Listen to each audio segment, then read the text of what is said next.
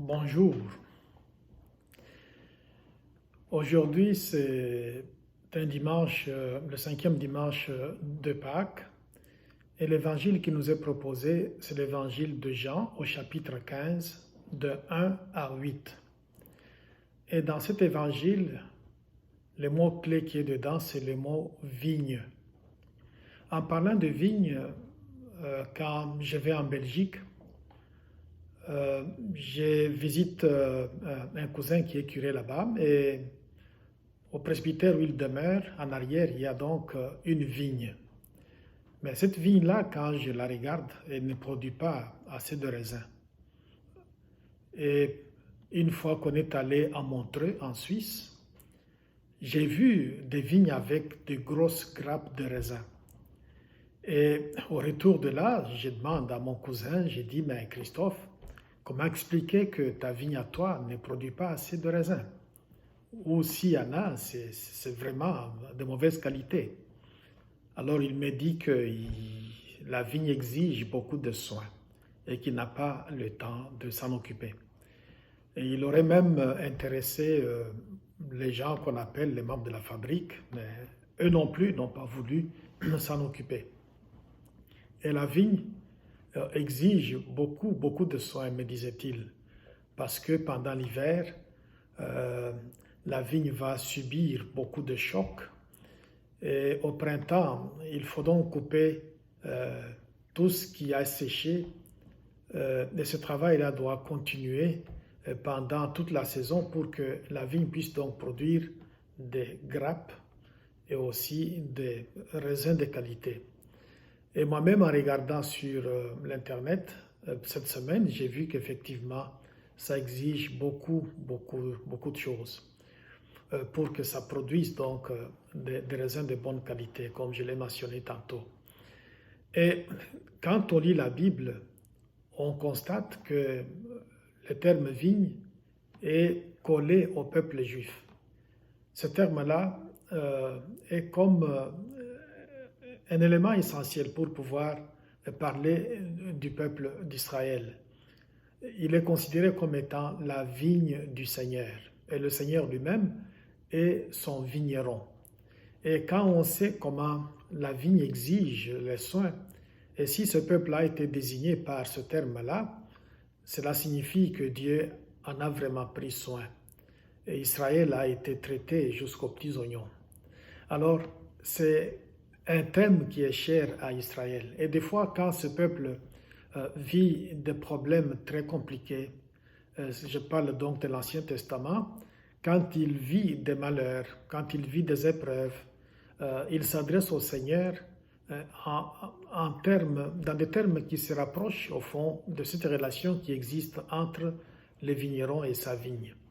On va entendre des phrases allant dans le sens de Seigneur Dieu de l'univers, cette vigne que tu as arrachée à l'Égypte, terre d'esclavage, pour la replanter en terre promise, cette vigne est dans des conditions très compliquées. Sa clôture a été percée. Et beaucoup de personnes y grappillent en chemin. Pourquoi laisser cette vigne dans cet état-là, Seigneur? Viens vite à son secours. Alors, on entend des termes dans ce sens-là, parce qu'au fond, la vigne, donc, ce symbole d'Israël, c'est quelque chose de fort. Et quand on lit la Bible, on la médite, et on peut comprendre pourquoi c'est très important pour Israël. Et au-delà d'Israël, donc, le terme vigne est aussi important pour nous, parce que nous qui cheminons dans la foi, nous pouvons donc aussi apprécier à sa juste valeur ce terme-là si on se l'applique, parce qu'au fond, en bout de ligne, nous sommes aussi partie de cette vigne du Seigneur. Et dans l'évangile d'aujourd'hui, Jésus s'applique lui-même ce terme-là. Dans l'évangile d'aujourd'hui, la vigne ne symbolise plus le peuple d'Israël. C'est plutôt Jésus lui-même qui dit « Je suis la vraie vigne ». Je suis la vigne, je suis la vraie vigne. Pourquoi la vraie vigne? J'ai regardé cette expression-là.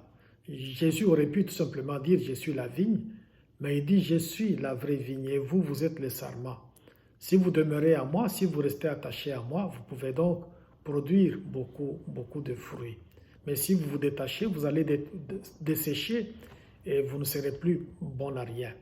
Ça, c'est comme si les choix que l'on fait par rapport aux appels du Seigneur, ces choix-là sont déterminants. Ils peuvent créer des conséquences fâcheuses, tout comme aussi ça peut être très bénéfique pour nous. Mais quand on médite sur Jésus qui est la vraie vigne, qu'est-ce qu'on peut dire au fond? À part ce que je viens de mentionner tantôt, j'ai regardé dans les commentaires bibliques, j'ai trouvé que un des commentateurs disait que le temple d'Israël, à un moment donné, quand il existait encore, il était construit avec des murailles gigantesques. Et ces murs qui sont colossaux, on avait mis sur ces murs-là, pas tout simplement sur la façade, mais sur tous les murs à l'extérieur donc de ce temple, on avait mis sur les murs une grosse vigne qui courait sur les murs de ce temple. Et cette grosse vigne était en or. Et cette grosse vigne avait aussi des grappes gigantesques. Chaque grappe avait la taille d'un homme. Et c'était aussi en or. Et quand on construisait une maison en Israël, on avait tendance à avoir une vue sur ce temple. Parce que c'était tellement beau que ça pouvait rappeler à ce peuple beaucoup de merveilles que le Seigneur a faites pour lui. Le fait que la vigne est sur les murs du temple, cette vigne représente donc cette présence du Seigneur, le Seigneur qui est toujours présent, qui est toujours protecteur d'Israël et qui le fait de manière permanente. Donc la vigne là-dessus est pour signifier cela.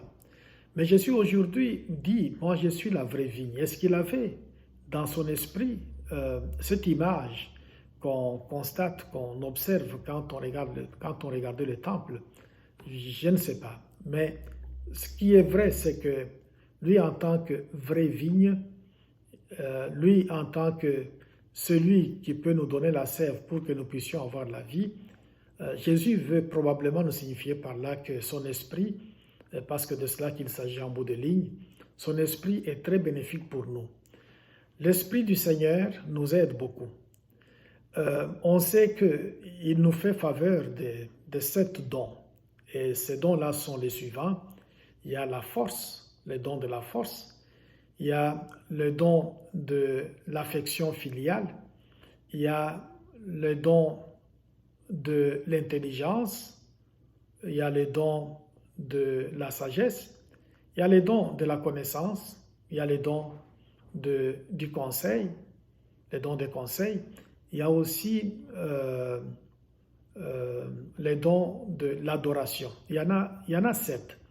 Mais on sait aussi qu'au-delà de ces dons, quand on a l'esprit à nous, il peut nous apporter beaucoup de bénéfices qui vont nous permettre au fond de produire beaucoup de fruits. Et les fruits sont incalculables. Ça peut partir de l'humilité, ça peut passer par la fidélité, ça peut traverser la bonté, il y en a beaucoup les fruits de l'esprit. C'est à ne plus finir. Parce que quand l'esprit produit des fruits, c'est vraiment en abondance et il y en a beaucoup. Et Jésus donc de dire, si on n'est pas attaché à lui, si on n'est pas branché sur lui, on peut donc dessécher. Et quand on dessèche, évidemment, c'est la mort qui s'ensuit. Et cette mort n'est pas nécessairement biologique, mais au fond, elle peut être une mort spirituelle, même si plus tard, elle va être beaucoup plus catastrophique que ça, parce que non seulement la vie biologique disparaît avec la mort naturelle, Mais de l'autre côté, ça sera donc la mort éternelle. Mais quoi qu'il en soit, ce dimanche met l'accent sur la vigne et nous aide à comprendre que notre Seigneur nous aime beaucoup.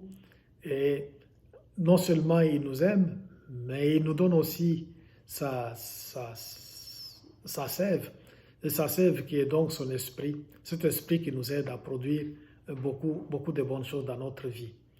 Il y a donc ici quelque chose de beau. Entre-temps, le Seigneur insiste sur le fait que nous devons rester demeurés en lui.